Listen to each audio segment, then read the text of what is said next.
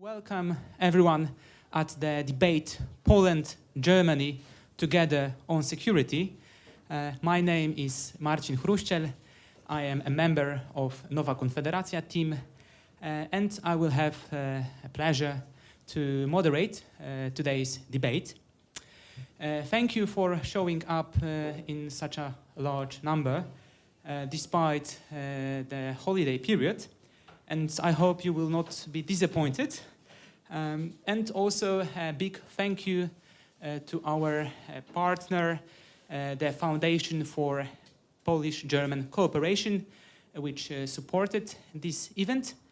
And finally, I can introduce our today's panelists. Let me introduce Mr. Jacek Bartosiak, PhD.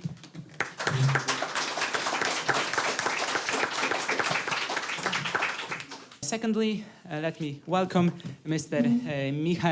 Quaas.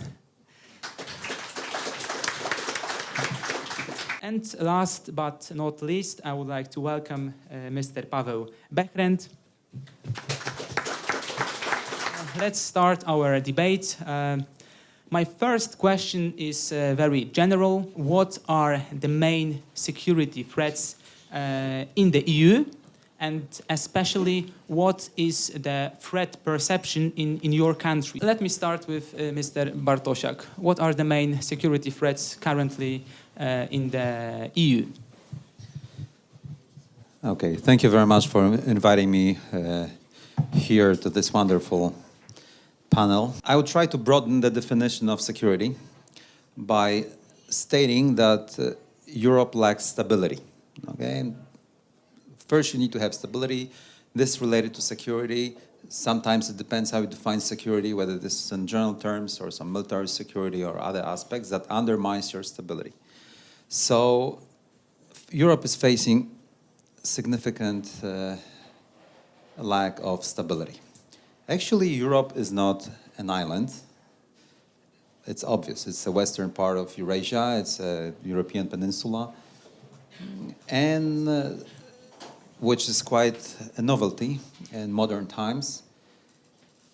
It is penetrated from all angles of its existence in terms of geography and foreign influence on the European matters. And this is a major difference from the times where Europe was at its peak. So first of all, Europe, and this is particularly acute from the Polish perspective, is threatened by the Russian foreign policy, new generation warfare, the perception of the world affairs by Russia, and sort of pressure on the eastern NATO frontier, on Poland, on Baltic states, Ukraine, everything that is that used to be the Polish eastern buffer zone, and historically has been always in the interest of Germany as well. So, crash zone between Germany and Russia. So this is a place that we are lacking stability, although we don't feel it in Warsaw for many other reasons, but in terms of planning, in terms of the decision-making that is taking place in Warsaw, this is the foremost challenge. And that derives strictly from the lack of security on the NATO eastern frontier, in NATO eastern flank, whatever you call it. And our concern about the future of Ukraine, what about, Russia, Baltic states, etc., Baltic Sea situation, Black Sea, Romania, you name it. The other thing is penetration from the Middle East and Levant. Europe used to have the forward position in Middle East and in Levant. It used to be like that in the 19th century, even in the 18th century, in the 20th century. It was the European troops that stationed there and stabilized the situation. It was like a forward defense of influence. Now it doesn't exist. Turkey controls the straits. Turkey controls the land bridge from Eurasia into Europe and can control the strategic flows as it wishes. As it wishes. There is no defensive perimeter, I mean even in political terms, or any cohesion on the European part, how to deal with that. The third angle is the fact that Europe doesn't embrace Northern Africa anymore. Northern Africa and geopolitics used to be part of Europe. That's why French were there, British were there. And that stabilized to the benefit of Europe, and of course, servicing the European powers' interests, this perimeter. Now the Mediterranean became a connecting lake to the strategic flows, movement of people, free movement of people. Even if we don't like it, it destabilizes the situation in Europe. So we, as Europeans, do not control this perimeter either. We are too weak to control it, to impose our will, how we want to see this happening. And the fourth, which is convenient for Poland, but I'm not sure if it's convenient longer term for Germany, and for sure not for other countries in Europe. We constitute the common Atlantic world, and the US is the strongest power in Europe, although it's not a European country. Which means that actually Europe is penetrated from the Atlantic Ocean, from the US in terms of influence, which is great for Poland because it consolidates, it anchors our independence, but I'm sure that there are politicians within the European Union that don't like it.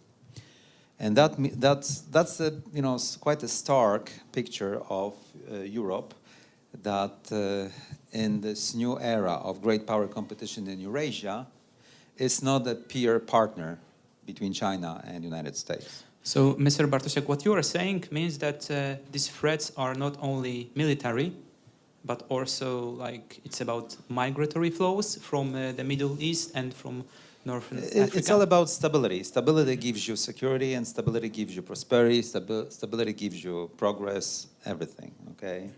It also gives you the social contract, because in order for things to be stable and for us to live, we need to have a stable social contract. How we distribute work, how our society works within the economy. So it needs to be a contract between the government, the economy, and the society, in a triangle. How we, you know, Germans are very good at striking the deals on social contracts. We will see in a moment. And if there is no stability, you can't deliver the social contract. And this is the, you know, those four angles of threats are undermining the capability of delivering the social contract in a mid and longer term. And it's already palpable across Europe. Okay, if we talk, of course, about the foreign policy. But foreign policy, and I will maybe end at this moment.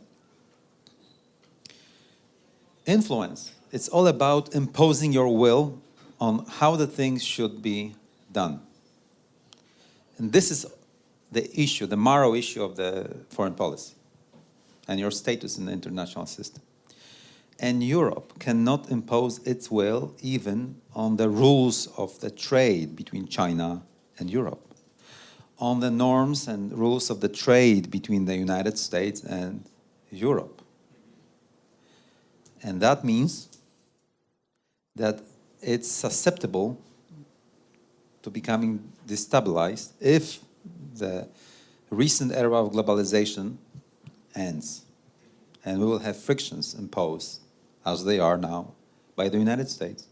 Embargoes, sanctions, trade blockades on individuals, on companies, on technologies, on France, on Germany maybe, on Nord Stream, on French banking, on European relations with Iran, with China, who knows what else. Yeah? So this is the situation from, you know, grand strategy. If there was supposed to be a European grand strategy, that would be the starting point of identifying where we are, okay, and how we find a way to solve those issues. Okay, thank you very much. So I think we will come back to this question about grand strategy in Europe. And now I would like to give floor to Mr. Quaas and ask about security threats from the German perspective. What is the debate in Germany? What are the major threats? Is Russia considered also as such a threat in your country? Thank you very much for the invitation, and for me it's also great pleasure to be here, and I'm actually enjoying the opportunity to get to know new people, new speakers, new experts, especially in the field of security. You mentioned at the beginning that you wanted to cast some doubt, and I was thinking or expecting that this could be a heated debate between, you accusing Germany and me having to defend Germany, which I wouldn't do because, I'm not an official representative of Germany. I'm a German working in Poland, so I know the German perspective, and this is what I'm going to present. And maybe this perspective might sound very familiar to you, to what you've said. So what's the German perspective? And maybe that's due to the fact that I've been living in Poland for 4 years, that I can share lots of what you're saying and agree to what you're saying. Or maybe it's because I'm working for a conservative think tank here in Warsaw. So you mentioned 4 challenges to European stability. And I would agree that the ones that you've mentioned, I can fully subscribe to what you were saying. Russia, of course, obviously, the insecurity that Turkey brings into the alliance, the insecurity through Northern Africa, and the uncertainty about the future of the transatlantic alliance. What I would like to add, and China, of course, at the end you mentioned as well. We could also add Iran, maybe, as a regional power at a very vulnerable point of global trade at the Strait of Hormuz. We've seen in the last weeks that there's tension growing between global actors, predominantly the US, also Great Britain and Iran, Saudi Arabia as another actor in the region.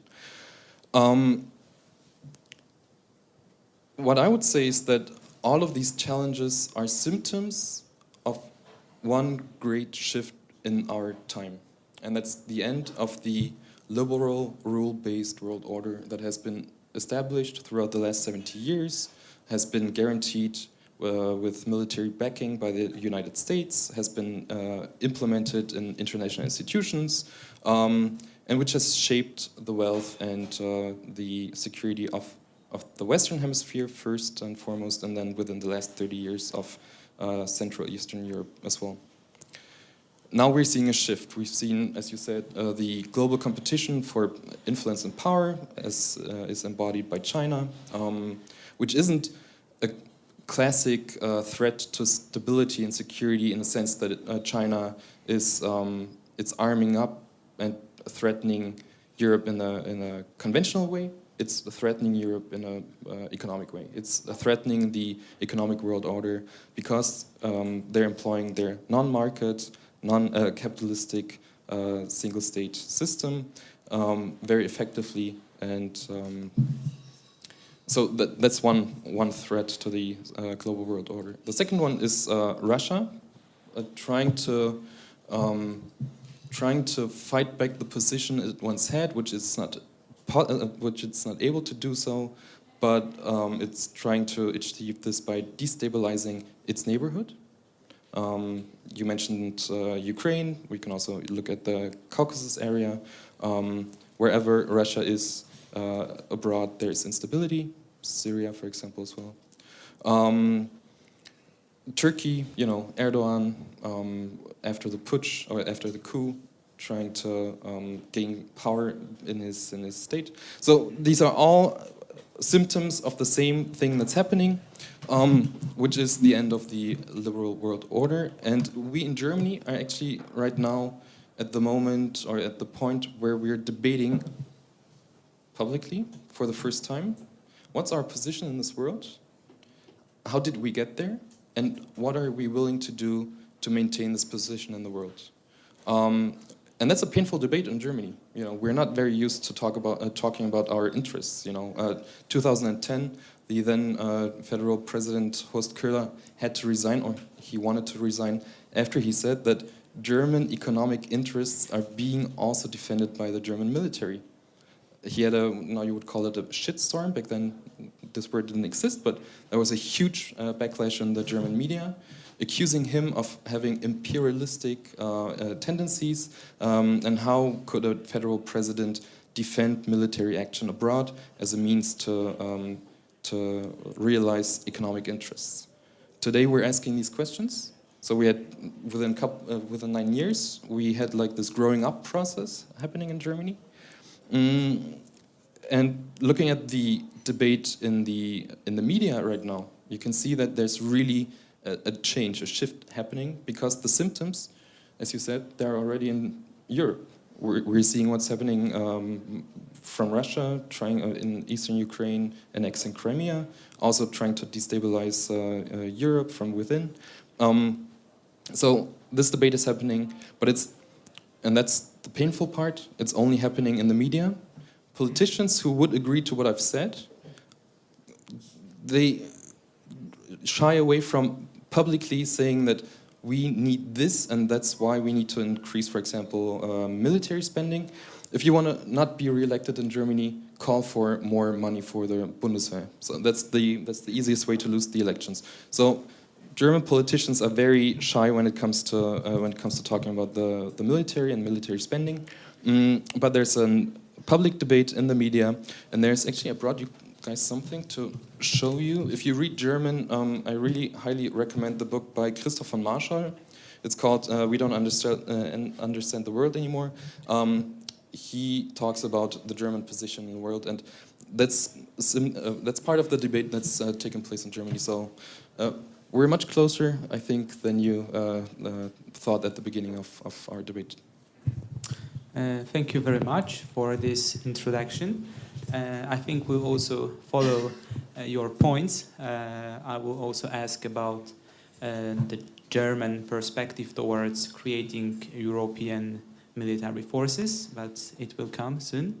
And now I would like to give floor to Paweł Behrendt and ask about your observations, because you study security issues, not only in the Middle East, not only in China, but also in our region, in Poland and Germany. And do you see these differences in threat perception between Poland and Germany? Thank you for having me. Yes, so the differences in threat perception are the generally European problem. Different threat perception is in Poland, in Germany, in France. Poland borders with Russia, what has huge influence on our threat perception. Germany mostly doesn't feel threatened by Russia, but also doesn't have the global ambitions, as Mr. Quaas has pointed out. For example, France has global interests and is interested in global politics, but doesn't feel threatened by Russia and doesn't have enough resources for global policy in a huge American style or even Chinese style. There is also a lack of coherent conception and threat perception within the European countries. The most problem I will show you here is that not all people are now aware that the liberal democratic fairy tale of the 1990s is already gone, and yes, we have transition period, so we have to rethink our security interests, not only as single countries, but also as the European community. And there are such initiatives.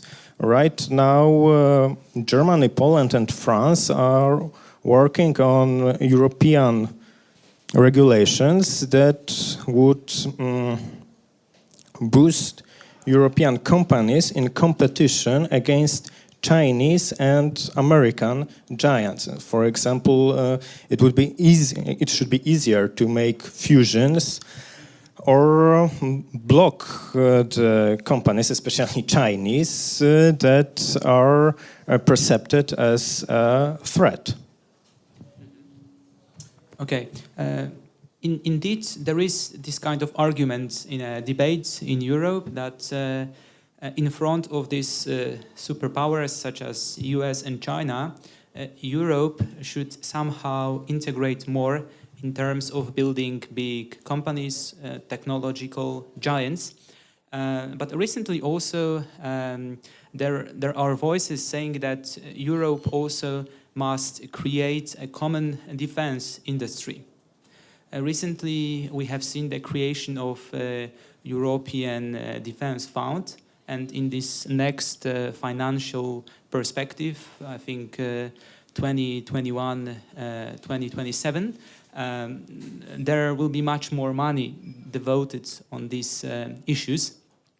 And what's very interesting to me are these plans to create European defense, which is actually created by particular member states, but there are pan-European giants developing new arms. Is it realistic? Mr. Bartosiak, what do you think? Are these maybe ideas, are they going in a good direction? Okay, let me complicate again, especially at the beginning of what I'm going to say. I'm not the president of Germany, and I will never be. So I may say that if the US-led international order and the global trade system is gone, Germany, in order to maintain the social contract, will have to project power and have the military power to project. So he was right. The problem is that the rest of the Europeans will not allow Germany to have it. And in those two sentences, we actually describe the whole complexity of the European peninsula situation. There will always be a balancing coalition against German power in Europe. The English-speaking nations will not allow it to happen. That's easy and simple. Yes, but on the other hand, how about reinforcing German military power through European institutions? Okay, again, the question is simple. Who will be commanding this army? Where it will be deployed? Who will be procuring the equipment? Who will be controlling the maintenance? Who will be deciding what the supply chain looks like that feeds this military? In whose interest it will be deployed? For example, Germany is, sort of dependent, at least some branches of German industry is dependent upon the customer market in China. So what happens if the Americans are blockading the Malacca Strait? And Poland, Germany, Spain, other nations have a common army. Are we deploying ships to sort of roll down the American blockade in Malacca? This is the real thing, okay? Projection of military power is a real thing, okay? You plan it, you field it, you pay for it, you make decision every day. It's a tool of foreign policy. Also in perception. So will the United States be an enemy of this? Shall we have the identity of interest? How will that impact the transatlantic community, which has stabilized the European peninsula since the end of the Second World War, and then was extended to embrace Poland and other former outer Soviet Empire countries. That's why Germans are so cautious about coming up with this idea all over again. But I will give you the example. Germany so far has not made the decision about acquisition of F-35. I don't know if Germans know it, but I know it, that this sort of faltering has already instigated a lot of concern in Washington D.C. about the unity of German foreign policy with the transatlantic world. And this is a sort of only a tiny thing. Let's imagine the deployment on the NATO eastern flank in mass numbers, not in, tactical battalion, with combat troops and live ammunition. It's a real thing. Not to mention the fact, I'm not quite sure that Poland will accept that these are the German commanders, because Germany has more money, more of leverage, industry. And I'm not quite also sure that the interests of Poland and Germany toward, with respect to Russia are the same. And they cannot be the same because we are different countries, run by different, geography is creating a distinction of interests. For example, Germany doesn't feel a big army because Poland exists, okay? That's one of the reasons. They don't feel threatened by revisionist Russia because they have the buffer zone of Poland. Even if people in Germany don't like to talk about it, that's a fact.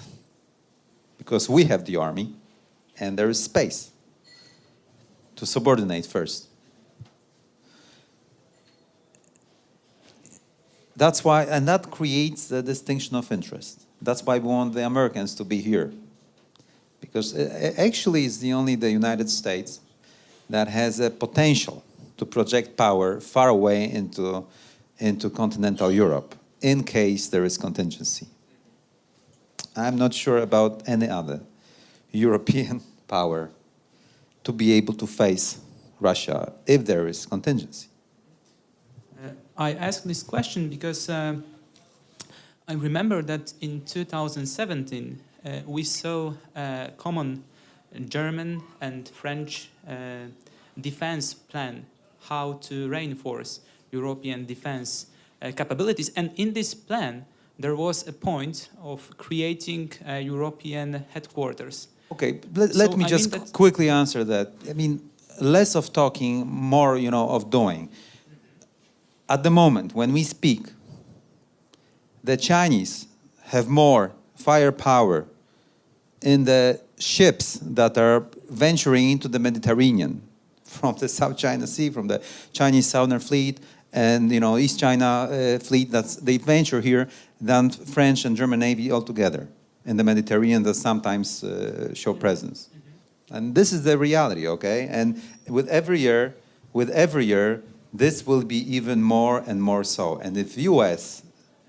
is, is going to decline and withdraw. One more thing, because there are so many issues. Who is going? For example, the Chinese submarines are already venturing into the Atlantic Ocean. Who is going to track them? Germans? German Navy? There are not so many vessels. I mean, the European military has declined substantially. The Libya operation showed a weakness, and nothing was done to remedy that. So, from the Polish perspective and American perspective that I know very well, it's just empty words of building something together. But actually, nothing is to materialize soon. Okay, I think we will come back to this. Also, this argument that there are no concrete steps. But now, I would like to give floor to Mr. Pavel Bechen. So, Jacek, in a few points, I will disagree with you. First of all, together, European fleets, but we should to count also Royal Navy, have more ships than the Chinese Navy. So doctrine and firepower are a bit different issue. That's what I'm saying about. Yes, and we have to remember that Italian fleet is very capable and quite strong in the Mediterranean. So when you what you said that it seemed that wow, Chinese fleets and huge group came to the Mediterranean.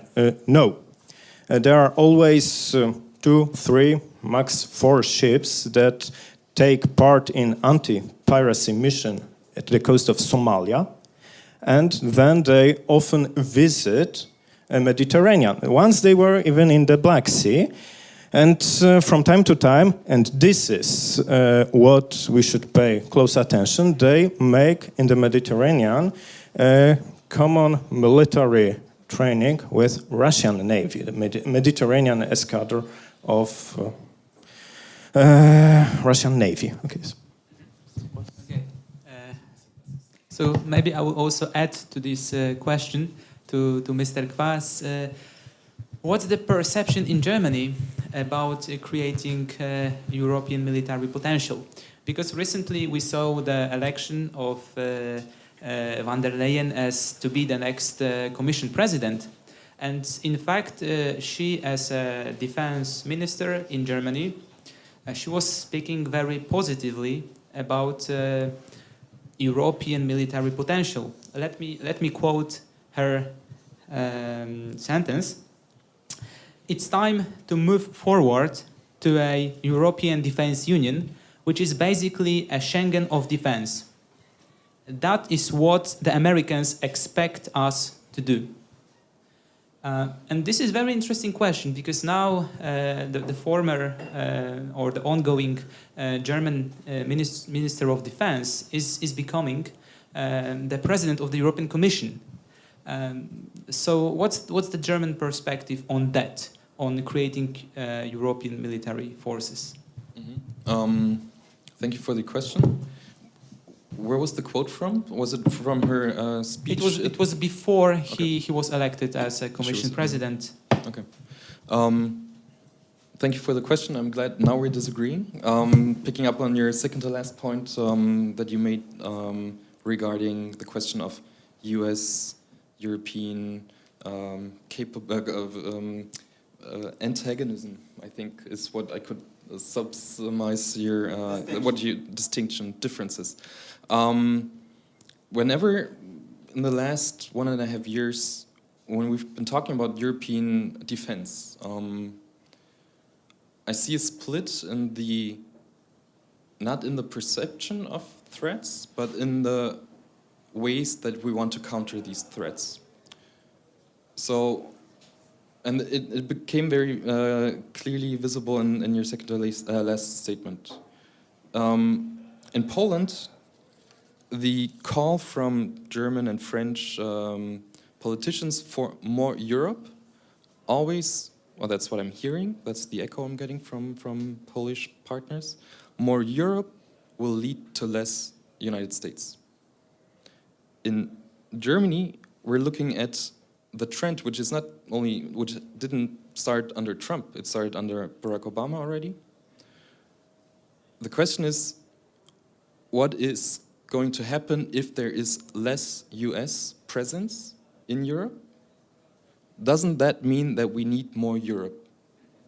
Why would we need, in the Polish case, more US? And why, in the German-French case, do we need more Europe? Because there is a very real threat, and that's the perception within the German security community and also within the big parties, because the threat is there and it's Russia.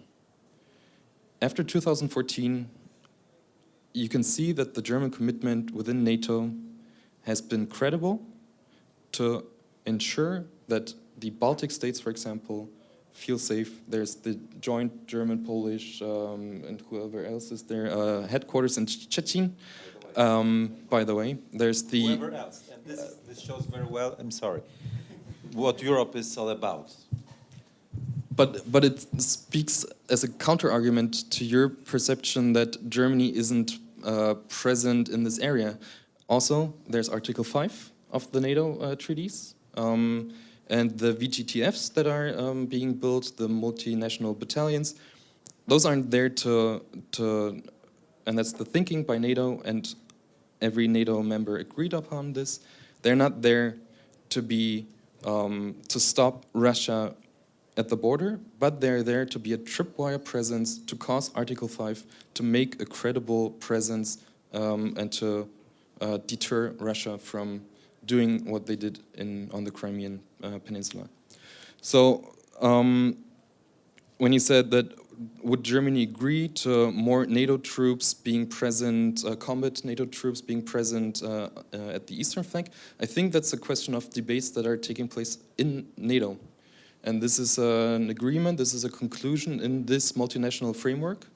And of course there are different voices, as you pointed out. There's the French perspective, there's the Spanish perspective, there's Canada. Why would Canada be interested in the Baltic states? They have the Arctic, where Russia is being a new threat. So this is what these multinational formats are doing. They're debating different interests, different positions with each other. Coming back to the question that you asked, Ursula von der Leyen, as head of Commission now, she said Schengen. So what does this mean? Schengen is something that not everybody has to be a part of. So it's something that some countries agreed to. Some European members are participating in Schengen. And I think this is the more realistic approach to a broader integration in European defense. Because, as you said and you pointed out, what we're having right now is very expensive. You send us these PDFs to prepare. European defense is expensive. And the question is, very real question is, can we afford European national defense?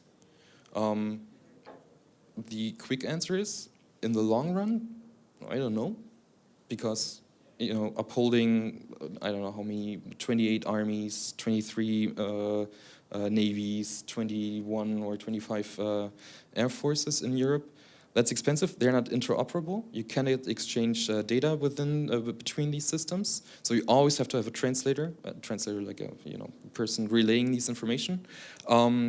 This is burdensome. It's slow. It's expensive. It costs time, and it doesn't speak for a very effective European defense. So I think there's the need for European integration in defense. The question is, how is this going? What is this going to look like? The newly elected, yesterday she was announced to be the new Minister of Defense, German Minister of Defense, Annegret Kramp-Karrenbauer. She's a huge fan of the European army. Last year she was quoted as saying that she could even see Europe having and this is going to be interesting for you, she could see Europe having its own aircraft carrier. The question is, what for? And this ties into your question. If we have an aircraft carrier, what do you use this for? To defend ourselves from whoever's coming to the Mediterranean Sea, or whoever's going to travel through the Baltic Sea. The Baltic Sea is too small for aircraft carriers. So aircraft carriers are used to project power far abroad. Far away, it's not only one ship, it's a compound of many different ships. But the question is, what do we want to do? Like, why do we want to project power, and towards whom? And I think we should learn how to walk before we run. We should agree in Europe. We should debate, as we're doing now, debate on what are our common security interests at home and abroad. What do we want to achieve by having pooled and shared capabilities, by having maybe even an aircraft carrier? What do we use it for? And nobody in Germany is saying that. Nobody would subscribe what you said. Do we want to use this against the United States? No. Security in Europe can only be achieved with the United States. And what the German debate is pointing at is, yes, the US is important. It's our most important ally. But if the US forces and capabilities are being bound in China and in Iran, then we have to step up. And we have to step up our game. As we said, it's expensive and inefficient, and yeah. And it's also interesting because actually the Trump administration is pushing European countries to spend more on defense, and also by showing that American interest has already shifted away to Asia. He's also actually giving this sign that Europe should be more concerned about its own security and should invest more in this area. Mr. Behrendt, would you like to add something to this discussion? Because I saw that. Oh yes. So you were interested. about this aircraft carrier, Few renowned German journalists who specialize in security issues like Thomas Wiegold and Björn Müller ridiculed the idea of the European aircraft carrier, asking simply, who will pay for it? Who would pay? What about the crew? Yes, where would be the main base of this aircraft carrier? The only proper docks are now in France. Not in Germany, nor not in Spain, not in Italy.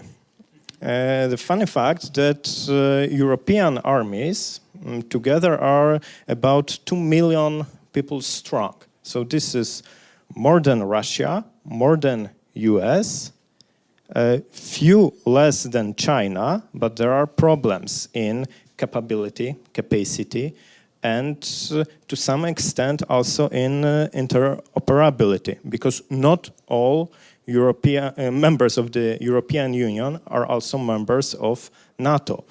For example, Sweden and Finland and also Austria closely cooperate with NATO, but they are still not the same level. And there is also this problem of network capabilities of European armies. Already in the late 90s, the Dutch Defense Ministry pointed out that already United States are very far ahead of the European allies, and sometimes these cooperations is like cooperating with aliens. They have much better equipment. Of course, technology went very, very far during these 20 years, but still there is problem of proper financing, and European military is very, very under-financed. Today in Wiener Zeitung, Lukas Bratner from Austrian Defense Ministry asked also a few questions. First, we have to think about what for do we need the European army. So this is about the threat perception. Then, how many troops we need? What about the equipment? We need some huge degree of standardization. Right now, Germany produces its own tanks, infantry fighting vehicles. France produces its own. Italy, Spain. Poland also wants to produce its own equipment as much as possible. So there are here colliding interests. What we saw about when in the case of the Eurofighter Typhoon, that, for example, one wing for the fighter jet is made from the elements produced in Germany, Italy, Spain, and Great Britain. So they are cost of transport just to make the one wing. And because of that, Eurofighter is much more expensive than it could be. So who would and how we will finance this European army, and finally, who will give them the orders? I'm not the one to answer your question, but I would say that what we are observing right now at the level of European Union is the idea to reinforce the European Defense Fund. And actually the main idea behind this fund is to finance research and new military technologies. I think it is written in the European treaties that the European budget cannot finance buying military equipment, but it can finance the research and development. In this next perspective, I just have these numbers here in front of me. There will be 28 billion euro at the disposal of common projects. And I think the only criteria is that three companies from three different EU states have to participate in this project. So maybe the answer to your question is that this new military equipment, or at least the development of this military equipment, will be financed through the European budget. Of course, if all the member states will agree to spend more on common European defense. We have two more examples, like the European fighter of the next generation, yes, Future Combat Air System in English, or Système Combat Aérien du Futur in French. And the main participants are France and Germany. And also Spain. Yes, but already... The third yes, partner. Yes, already we have problems with the concept and idea of this new fighter. Germany wants something a bit different than France. France wants SCAF to be also a carrier-based aircraft. Germany, in general, is not interested in this, because Germany doesn't have an aircraft carrier, and wants a bigger, heavier fighter. We also have problems in the future European tank program, the Mobile Ground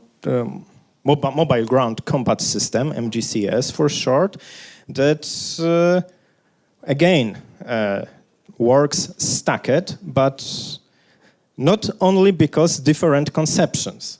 Because Germany wants a heavy tank to fight in Europe, what is also in the line with Polish conceptions. France wants something a bit lighter, what you can pack into the transport ship or transport plane and send to West Africa or somewhere around the world. Now there is problem because Rheinmetall wants to join the program. The program is led by consortium KNDS, made of French Nexter, this is state-owned enterprise, and German Krauss-Maffei Wegmann, private-owned enterprise. And Rheinmetall, another German private-owned enterprise, wants to join it. Probably they will buy a Krauss-Maffei, but this makes differences in division of costs and works. France wants 50-50. With Rheinmetall, the French proposition was 50% for Nexter, 25 for KMW, and 25 for Rheinmetall. But it is not enough for Rheinmetall. Probably Rheinmetall will want to make it 1/3 for French, 1/3 for Krauss-Maffei, and 1/3 for Rheinmetall, and France won't accept this. One more thing that to the previous question, I forgot to mention that there is a quite funny situation, because most of European military and security establishment, also in Germany and other countries, is very pro-American. They are Atlantic-oriented, and this makes a good field for fight with some politicians who want a more independent Europe in the global arena. Okay, so I think that here we can leave for a moment this debate about European military potential, and I would like to introduce another question to the debate, which was promised and which was planned. So the question about digital hybrid threats in Europe, also respectively in Poland and Germany. Because when you were talking about this threat perception in Poland and Germany, you have not mentioned this specifically. You mentioned the threat perception from Russia, But I think it was more in the context of a possible, I don't know, invasion. And how about these cyber threats, digital threats, also disinformation threats? Are we in Poland and respectively in Germany ready to counter these challenges? Are we developing our own national agencies, forces to combat these threats? Or are we counting on European solutions, that Europe should actually, Brussels should invent this kind of agency to fight cyber threats? Mr. Bartosiak. Yeah, before I embark on answering this question, I just want to sort of, take the liberty of summarizing what we have discussed. And I think we are in agreement that Europe is sort of a pool of nations, and the history of Europe was driven by confrontation among those nations. And even thinking about the future combat systems, you can see that there are conflicting interests, and geography dictates the rift between those interests. And that's why it's going to be very difficult to deliver something like that. Although sometimes when I'm tired of thinking about geopolitics, I really dream about having this united Europe, okay? That would create a lot of stability, especially for the country here, as long as we would solve the so-called German question and the sort of size of German economy that always, in the longer run, is destabilizing Europe. With all due respect, this is what usually happens, because it changes the distribution of power, and that creates the balancing coalitions, and we entered, and all over again the same damn cycle. So that is the thing. I would also try to add something going forward into the future, as I think we will be witnessing that. We have all been discussing here whether Europe should have its own military force or not, how to do it. But we need to answer the question, what would that be needed for?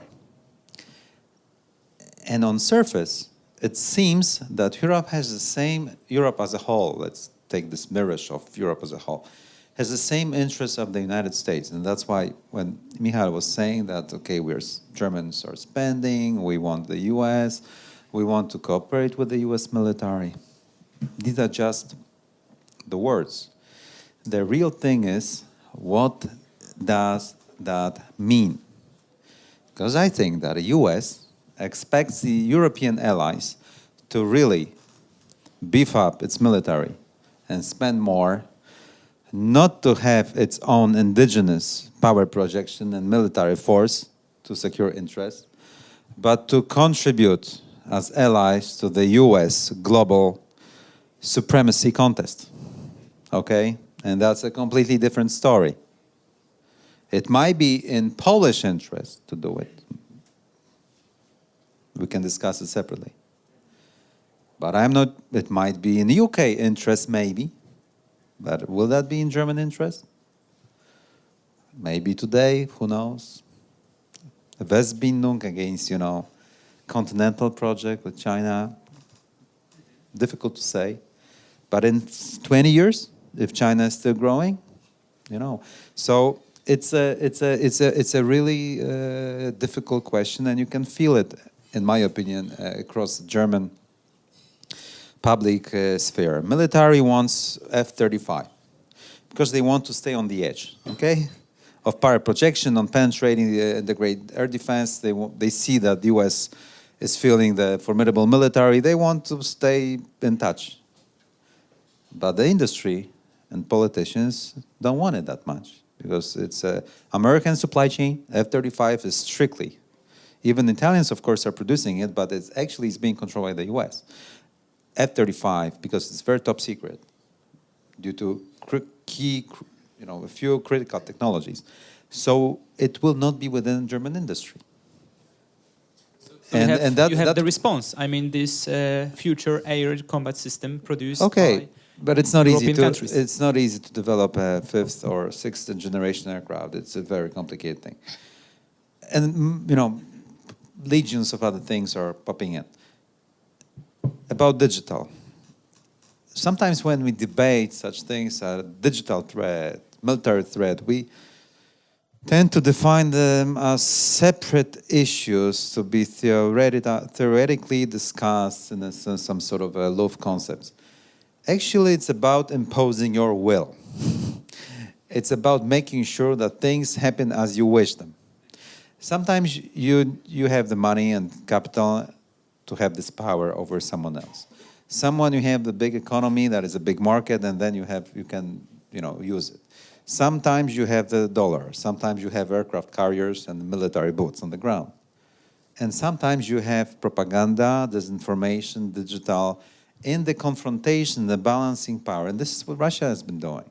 Because they are economically weak, they are actually a pariah of economy, but they are relatively, not hugely, but relatively robust military, and they can destabilize. So, because they can't provide a success story, so the perception of their strength is, ridiculed. They are not attractive. So even more, they need to show how strong they are, and they have to instigate this, reflective control and other mechanisms of imposing your will, dividing. In history, everybody has been doing it, but especially the regimes that were not successful in delivering the success story. So I would treat it as a natural phenomenon that every day you need to deal to bar someone's leverage, to bar someone's, or to fight off, or to contest, to challenge someone's influence. I wouldn't treat it as something, suddenly out of the sky there is this digital thing. And of course the answer how to deal with that is again in Europe difficult, because we have different perception of who is your friend and who is your foe. And the case of Germany is very outstanding here, with Nord Stream and German cooperation, and the German industry and politician willingness. They're just waiting impatiently for the sanctions to be lifted, and so that the German capital could be invested in the vastness of Russia. And the strategic flows are again back in the game. And Poland is against it. And US can play the game as it wishes, so to speak. Yeah? And it's very difficult to overcome this. But are we doing anything in Poland to counter these threats, like developing some agency against cyber threats, digital threats? Because I have not heard about this kind of developments. Rather, we are looking what is going to be introduced at the European level. What is your opinion? Well, should we develop our national capabilities in this respect, or? Of course. Okay. And it's not because, for our German friend, I may sound a little bit like, Poland has a very peculiar situation. And we wouldn't like to be in this situation, but we are. We have 1,200 kilometers from the Gulf of Finland, or maybe from the Gulf of Riga, to the Gulf of Odessa, the unstable perimeter on our eastern buffer zone that used to be the old Polish Empire and also of interest for Germany in the past. That is unstable, that can deliver a killing blow to our statehood, that can deliver instability to our success story, and we need to control, to know what is going on there and what threats might emanate now or in the future. So this is the burden that we need to shoulder. We need to, in my opinion, I'm also of the opinion that we're doing too little. I think that this is our strategic interest to take it on our shoulders. Nobody else will take it for us. And we're not doing enough. Spain doesn't have this problem. Do they? Portugal? No.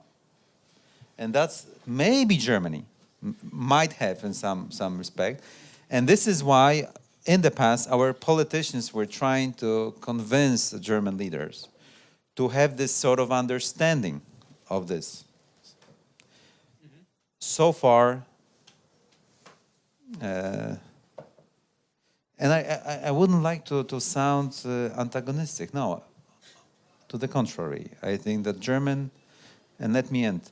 Germany has despite its weak military, despite it might not have the bright future, theoretically, despite its glories already in the past, it is still a power that has a lot of positive things to do for stability of Europe if it plays its hand properly. And moreover, and that would be like the final chord,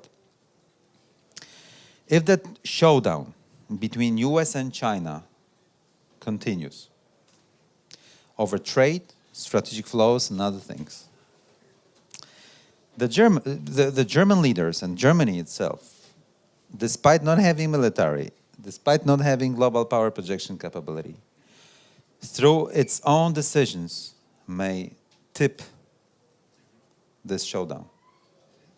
I mean, it's a paradox, but I see that unfolding. So the German decision, what position to take in the US-China showdown over control of strategic flows, technology, norms, markets, trade, that is intensifying every day, may change the calculation of power in this Eurasian showdown. It's very interesting because recently we have seen joint German-Chinese military, I would say, maybe not operations, but it was like a training, yes, but it was only about medical forces, yeah. But still, it's maybe okay, but okay. Last year, US also had military drills with China. But now I would like to give floor to Mr. Quaas, and I would like to ask you about German way of countering this cybersecurity, because as far as I know, there were plans to create ADIC, which is a shortcut for agency which is supposed to combat these cyber and digital threats. And what is the German position on that?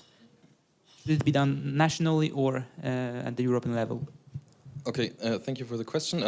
I think I need to respond, and now I'm actually... Of course, you can comment also to Mr. I'm now Bartosiak, getting into this position that I didn't want to be in, but I'm feeling that I kind of have to defend the German position a little bit. And to counter your requiem that you were already singing about the German state and German society, maybe there is... maybe hope isn't lost yet. So let me counter some of the things that you were presenting.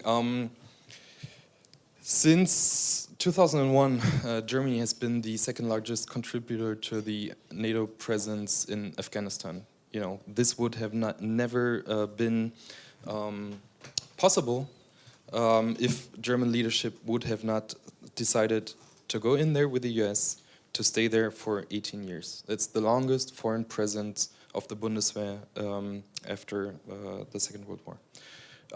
This is a credible commitment to its allies. The presence there, it's also a form of projecting power, because a destabilized Afghanistan, we can feel it a couple of weeks later with the migrants coming to Europe, predominantly to Germany.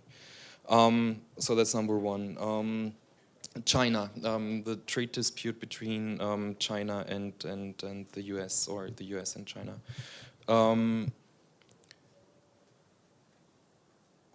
When China was opening its market for German companies, there was huge enthusiasm. Huge. China is a huge market. Billions of customers, potential customers, which are, you know, the average wages are rising, poverty is being eliminated in China. It's not only the the cities that are now profiting from China's economic boom. It's also, you know, the broader public. But in the last years, there has been a public debate, also led by German companies, about the success of German companies in China, because every investment in China comes with the forced transfer of knowledge and IP. So these companies are now realizing that they're going into a market where they're, at the moment, they might have the upper hand when it comes to new technologies, but in a couple of years, China's just going to copy it and start their own brands, which they can then sell for cheaper. So there's a debate. You said before, in your very opening statement, and just remembered that Europe can't do much about China, even in Europe's strongest playing field, which is trade. I think Europe can, because there's the WTO, and we still have this ace, which is the market status of China. And there was a case which the European Union brought to the courts, where China claimed that after having been a member of the WTO for 15 years, they now can call themselves a market economy. And Europe is challenging this, and it's being supported by the US in this challenge, and they've won. China's challenging this, of course, but what does this mean? Europe has possibilities to counter China's access to the world market. We can still, with the US, and it's never been without the US in the last 70 years. It's always been in accordance with the US, be it projection of power, be it stability, welfare, whatever. So I think we do still have some measures, and the multilateral system is our playing field, and we can still win there. And this one case, which is very important to China, at the moment we've won this. What else? So let's maybe get back to your question. I don't know anything about cybersecurity, but since you sent me these questions, I read about it, prepared for it, so I don't want to leave you hanging. And I agreed with what you said completely. Cyber is just one branch of actors trying to destabilize us. And with us, I mean Germany and Poland and France. So since 2016, since the Warsaw Summit, Germany has started its own branch in the armed forces.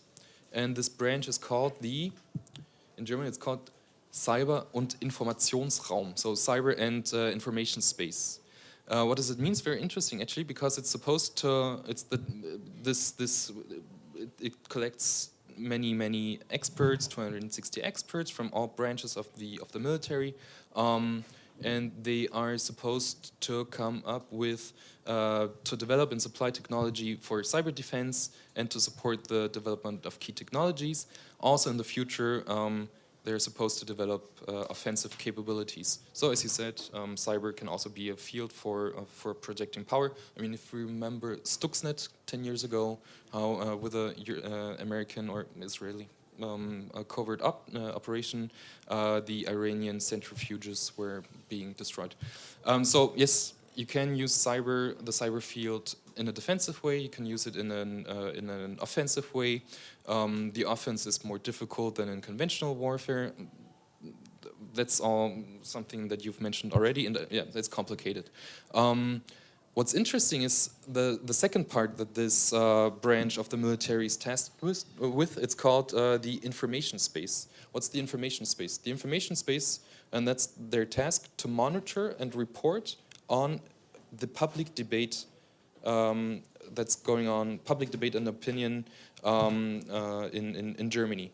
And what does this? This is the answer to Russian fake news or hybrid warfare, or trolling factories that are sowing doubt within Europe. So I think there's a concept what to do The question is, I don't have the insight into this. What's being done right now? Is it effective? I don't know. And as you said, there's a new cyber agency being funded this month, I think. And they Actually, it was already established, yeah, because I it's heard being- only it's about being- right now it's being born. So the idea is it's a shared agency between the Federal Ministry of Defense and the Federal Ministry of the Interior, and it's supposed to be funded with 300 million euros or something to do exactly this, to counter and to defend against cyber attacks. I don't know what's being done there. And so that's all I can say to this. But according to what you are saying, it looks like Germany is taking this threat very seriously. Sure, because I mean, what Germany knows and what my employer is part of is that we're aware that public opinion, the exchange of opinions, that's the founding part of democracy. You know, you don't want to give up this field where people can freely participate in a debate, be it, you know, on the streets or in the newspapers or be it online. So the exchange of ideas, the battle of ideas, you know, the open and fair battle of ideas, this is what's shaping democracy, because this is where people can agree or disagree. This is what's in the end shaping policy. So it's highly important that we do not give up this space to some trolls who are in bad German. If you read German, go through Russia Today, and you can scroll through the comment section online. With bad German, they are actually, sometimes it's funny and sometimes it's scary, but you don't want to give up the cyberspace to them. Okay, thank you very much. And now I will ask Paweł, because as far as I know, you have this perspective on what's going on in Germany and also in Poland. So maybe you can provide us with some kind of comparison. What are the German and in respect to the Polish actions against cyber threats? Comparing to Germany, Polish actions are not very impressive. Polish armed forces, there was established some kind of cyber command, but it's a really small unit. I'm not sure, maybe about 2,000 people. The cyber command of Bundeswehr is over 13,000 strong, and it is army-level command under a general lieutenant. So it is very highly positioned. And it is quite active. Their first action, it was, I'm not sure. It was maybe around 2014-15 that German NGO worker was kidnapped in Afghanistan, and Cyber Command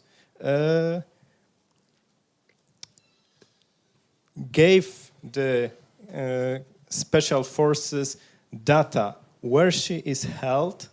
They hacked simply his mobile location, yeah? network of Afghanistan, gave the obtained data to KSK, the Kommando Spezialkräfte, the special forces. As they were in Afghanistan, as Mr. Quaas mentioned it, the German contingent in Afghanistan is really strong, so they had good forces, took helicopters, flew to the cave where she was held, killed all bad guys, maybe somehow like in American action movie. Yes, they killed bad guys, and oh, hello, we are from German army, we are here to take you home. So we have proved that they are active and they are effective. As always with such half-secret units, what do they really do is not sure. And you mentioned it also, this agency, they call it German equivalent of American DARPA. Yes, they are still under construction, but here we have again an example of different threat perception, because German equivalent of NIC just some 2 weeks ago, asked, do we really need such an agency? This is so expensive. So, you see, but I now want to talk something about Mr. Quaas and Bartosiak mentioned it earlier. So last month we had, it was rather quiet in Polish media that Germany signed a memorandum of understanding with Russia, and there Germany will help Russian economy to recover after sanctions. Very interesting. Washington did not comment. Why? So here is a very interesting clue. Few days after this memorandum, which was signed in St. Petersburg, German media wrote that China is now more important trade partner to Russia than Germany. So we have, yes, hint why probably Washington did not react, and maybe even to some extent blessed such idea. And Jacek, what did you tell about the integrating Europe? I have here my own historical reflection. For integrated Europe, the role model has been always the Roman Empire or Carolingian Empire, so centralized, strong imperial state. Some variant of this is French conception that United Europe is just France, but somewhat bigger. But what we have now is more like the medieval Holy Roman Empire, so total mess. Okay. Thank you for this comment. We are running out of time, and we have already asked 3 general questions. So maybe now it's time for you, the public, to raise some points. If you have some questions, please raise your hands, and I will try to collect like 2 or 3 questions, and then we will give the floor back to the panelists and ask them to answer and maybe sum up the discussion. Okay. There is a special mic. Okay. Good morning, everybody. I have some written for myself. I don't want to sound like an accuser or anything like that, but there is something about GDP. U.S. GDP is almost equal to European Union GDP, and it seems that there is. You spoke about it, but it seems that there is no particular reason why European Union forces shouldn't be as big and as capable as American ones. I'm not talking about European aircraft carriers, which obviously France needs, but not the European one needs. And right now, we are in a position where the main powerhouse of Europe, Germany, doesn't want to name the threat. Right now, Russia, the main threat for the European Union is Russia, and for Germany, it's mostly a partner, not a foe. There is a reason why there cannot be many scenarios perpetrated in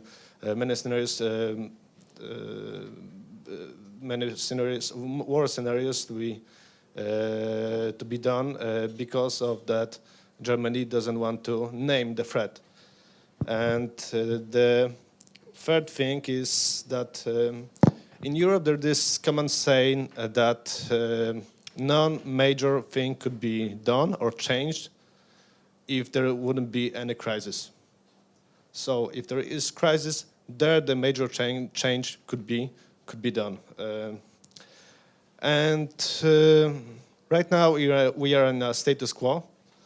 We are not moving to any particular solution to the problems that the European Union faces.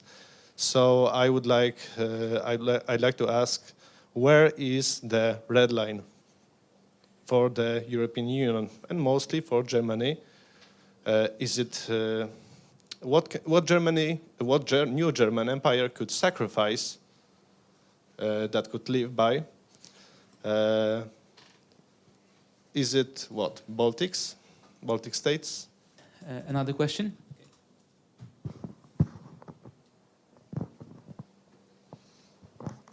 Witam. So my question is about not Russia, but about the southern issues. I mean migration, because we have we observe this climate change, which is pretty rapid, and the situation is going more severe. Africa is not being stabilized anymore, and it's deteriorating quickly. We observe this problem in Central Africa, especially. So, and on the other hand, we have this very strange discussion in Europe, where, let's have a left-leaning part of public opinion, especially in Germany, demands some very intensive rescue plan for southern nations, let's say African nations. Some other states like Poland, but not only, see this, let's say like a demographic threat.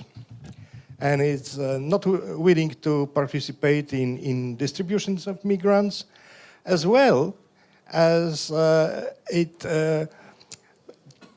doesn't feel safe anymore, like here in Poland, if we believe that we are being treated like a dumping site for, let's say, people which cannot be filled in Western Europe, while our situation here from the eastern side is also unstabilized. So what is the plan?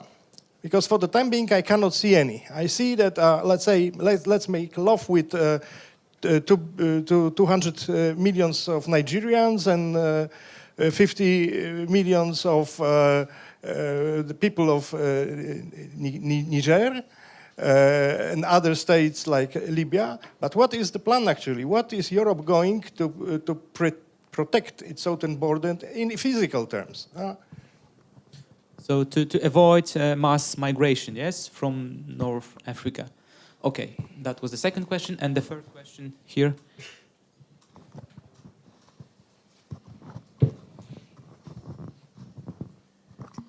Hello. So Mr. Bartosiak repeatedly asked the question, why would we need a European army? Who would be our enemy? And I would say that if we Europeans want to be masters of our fate, and if we want to decide on our issues, well, we have a role model. There was Otto von Bismarck, and he united Germany, and he made it one of the greatest powers in the world. So in the beginning, I mean, when he started his career, he said that this question of unification of Germany is going to be answered with iron and blood. And so he firstly defeated Austrian Empire, and then he defeated French Empire, and he announced that Germany is independent in the Palace of Versailles. So I would like to suggest that maybe, and another quotation from Otto von Bismarck was that Germany cannot be blamed for being Germany, because a wolf cannot be blamed for being a wolf. So I would say that maybe Europe should start behaving as wolves, and maybe we would have to consider creating an army that can announce a creation of a European country in the White House. Okay, so thank you very much for these questions. Maybe if we can start with this question about the red line. Where is the red line for Germany to react militarily?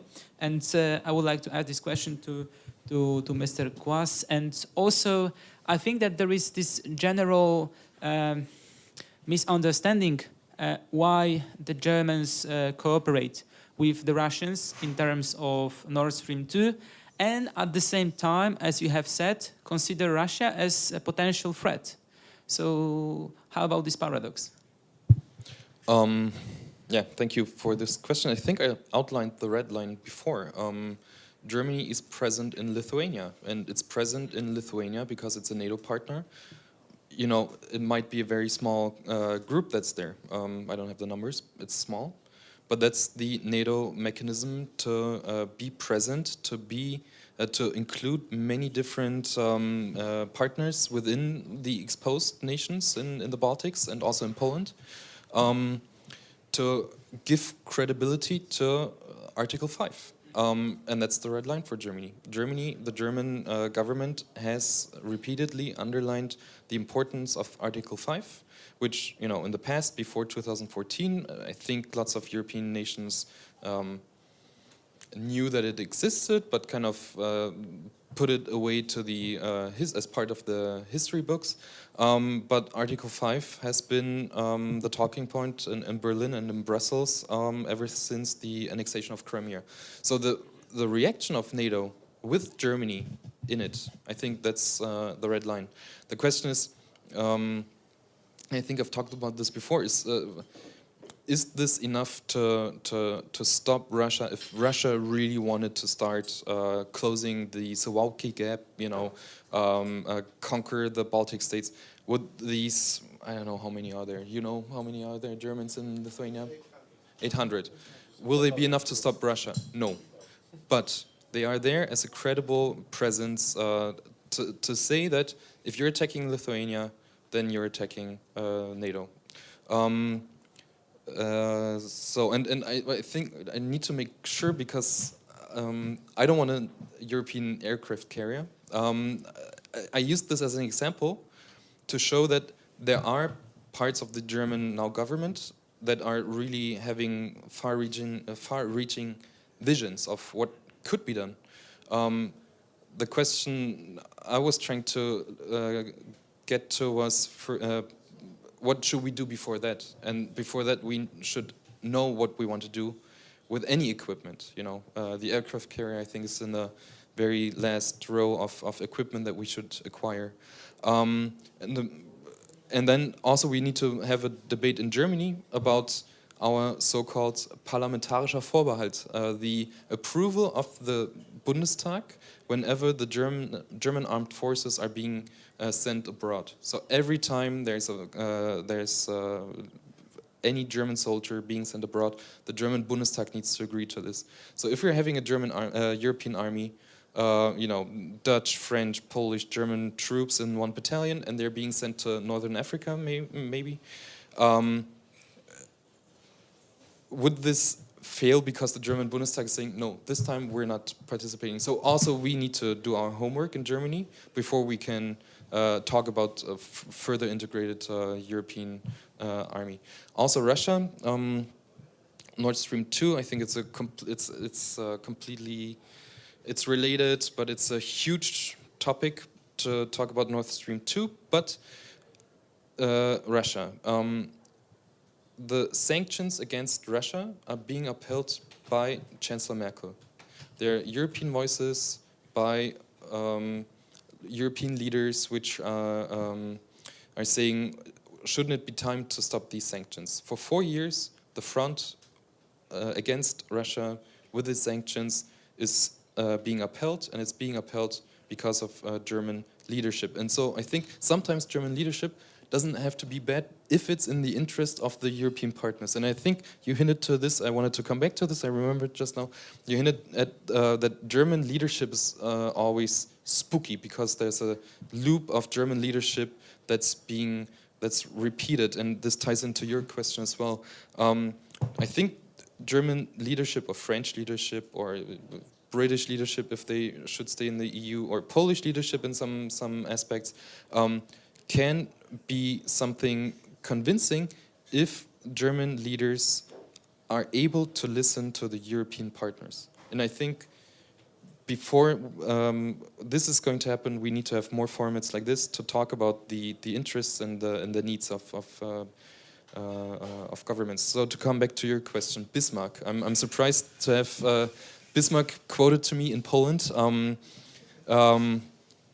And I think he's the last one that I would like to see as an example to aspire to what Europe should be doing right now. Because, as you might know, the crowning ceremony in Versailles was something that the French didn't forget.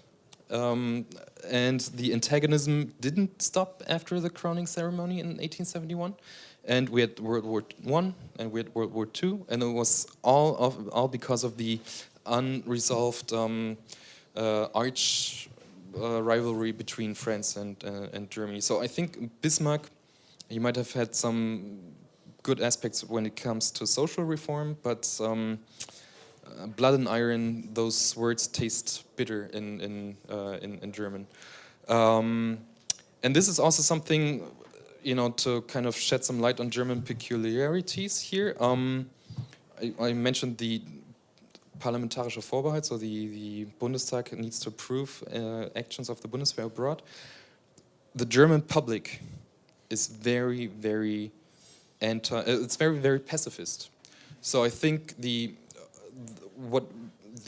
lessons of our German past, Bismarck, for example, the Kaiser and later Hitler, are that having an army is always something, can always lead to something bad. So there is, if you're looking at the debate within society about German interests being defended with military, the society, there will be a backlash. But it's changing in the public, and also in the media, and it's changing within the political elites. And I think that's all that was directed towards me. Yeah, that's pretty all. And I see that Pavel would like to also touch upon this question, yes? So yes, when you mentioned it, Bismarck, one thing came to my mind, that Poland and most of the world still perceive Germany per prism of Prussian Kingdom of Prussia. So it was not something common in Germany. It was rather a unique entity. And right now, the core territories of German are Rhineland, Bavaria. These territories were often very strongly anti-Prussian. Rhineland, it was the core of German liberalism. So I don't think, yes, I agree with you that I don't think we have to mention Bismarck or talking about being wolves. Also, we can take, for example, ancient Rome. The Romans did not build the empire by negotiations. They simply killed everyone who was against them. But as we all know, right now, mass crucifixions and genocide are not trendy anymore. Semi-joking. About, I want to tell you something about the migration question. Yes, it was raised. What is the plan, yes, to avoid yes, or in my opinion, there is right now no plan. And what we had a few years ago, it was just an overture. Simply, there is another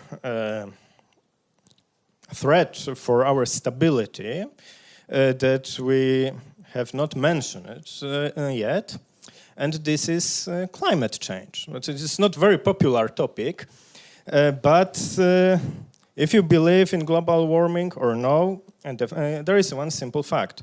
Deserts in Africa and Middle East are growing. So the area of farming land is diminishing. And as during the migration crisis, the Prime Minister of German Bundesland Schleswig-Holstein market, yes, in some 10, 20, 30 or even more years, we would have a real migration crisis with mass migration from Africa and Middle East because of deserts. Thank you, Pavel.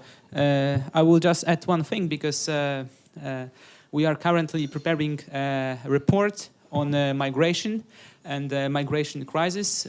How did it actually impact Europe?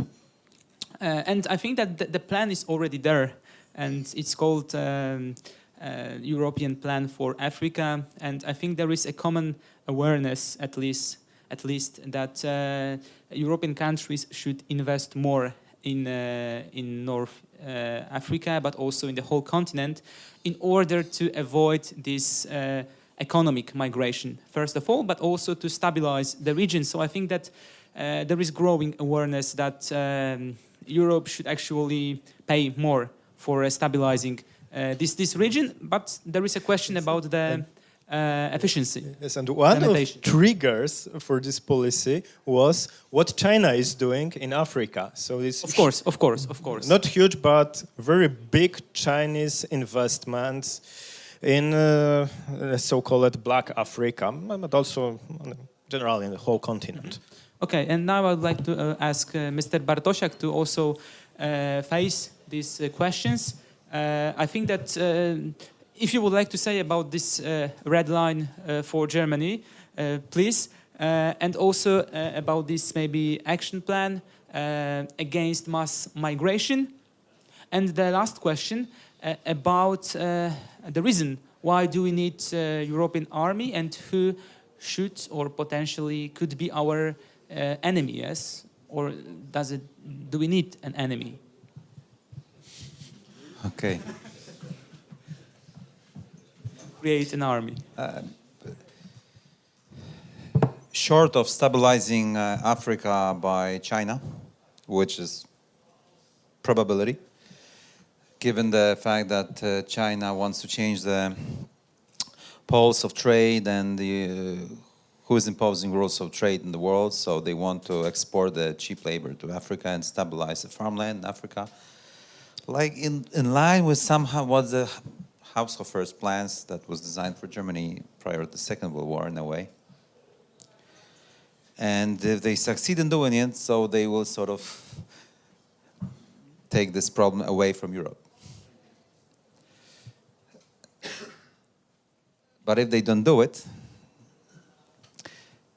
Europe will have to project power into Africa, and both political power and military power that is underpinning the political power.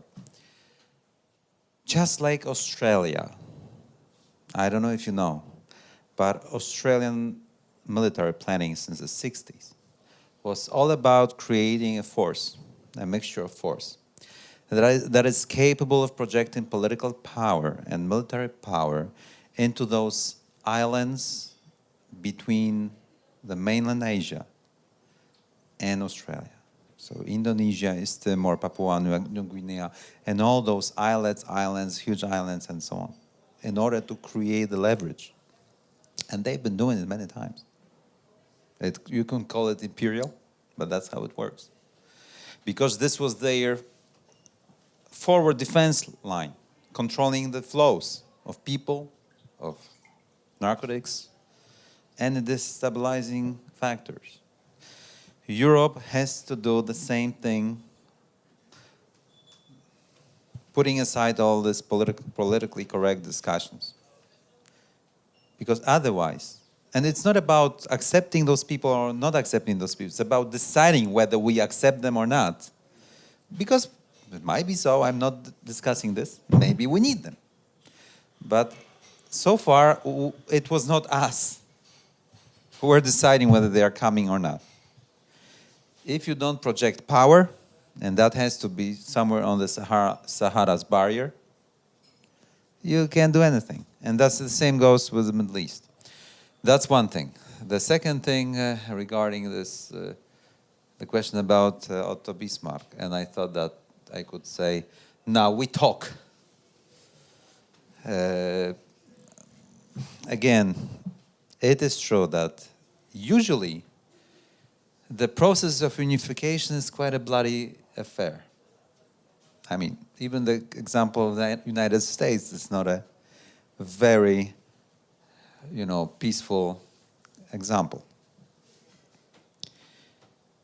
China is not example. Russia is not example. Soviet Union, you name it. By the way, maybe the unity of nations of the Black and Baltic Sea belt of countries that I often talk about is not, of course, entirely black and white, but sort of more benign way of doing it. Maybe that's why it didn't exist for centuries. So, and that's the whole problem with Europe, because you can't do it. Germans were trying to do it, and they lost twice. And they remembered very well. This is why they are so cautious about speaking about the military, and the Americans are making sure that this stays like that. But this will have to change. Maybe in Poland we will not be happy. Because if it doesn't change, I don't want to sound very, like a bad prophet. I mean, good prophet, but sort of saying bad fortunes. Look what happened to China. They didn't project political leverage outside of their space. They were the superpower of the age in all capabilities. But they missed the Industrial Revolution. Just like we may miss the new digital revolution, who knows? Or another thing. And facing the external power coming to their backyard, projecting military power, the British imposed the will on old Chinese empire. And then they had this 100 years of humiliation. So what happens if we are going to face the same thing? The other way around, across Eurasia. Because if you don't compete in technology, in market, in production, productivity, in military power, you're losing your edge and you're losing your leverage. That's. I think we already sailed out of this beautiful mirage of the end of history, yeah, and that problems will be solved by talking and talking and talking. Okay. And if we don't understand that Europe is at this very moment, and will be difficult for all the reasons we have discussed for the last 2 hours, it might be really so. At least this is what I think increasingly Americans are thinking about us Europeans, okay? And I think that increasingly the Chinese are thinking the same way. So perception is already set in the mindsets of foreign powers. What European space is all about. Do you understand what consequence this might be? Yeah? And on top of that, we have all those diversities between Poland and Germany and all the history and the conflicting interests. It's very difficult. That's why I was saying that I had this dream that maybe we are in unity somehow, but I don't know how to deliver it. How to deliver it. And it's not about history, it's about conflict of interest. So that's my answer to that. There was one other question, yes, that I missed. There was also a question about what do we need, European armed forces? And we need exactly to evade the grim situation that I sort of depicted. But at the same time, I don't believe it's doable.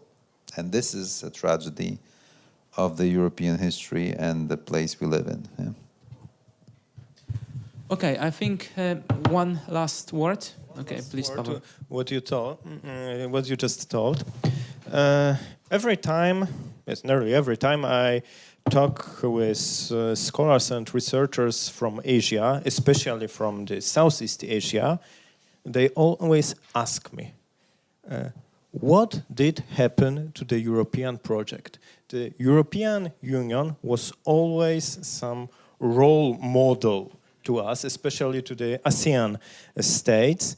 And yes, how it is possible that European politics now is a total mess. So you should just see faces of Asian or US scholars on conferences or debates that are about inter-European politics. It is priceless.